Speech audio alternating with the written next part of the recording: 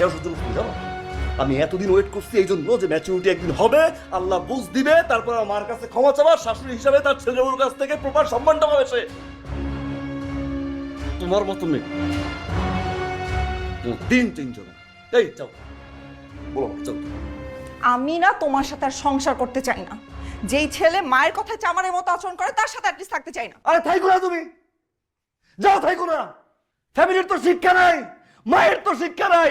আমি তো মার আম্মা আল্লাহ আকবার।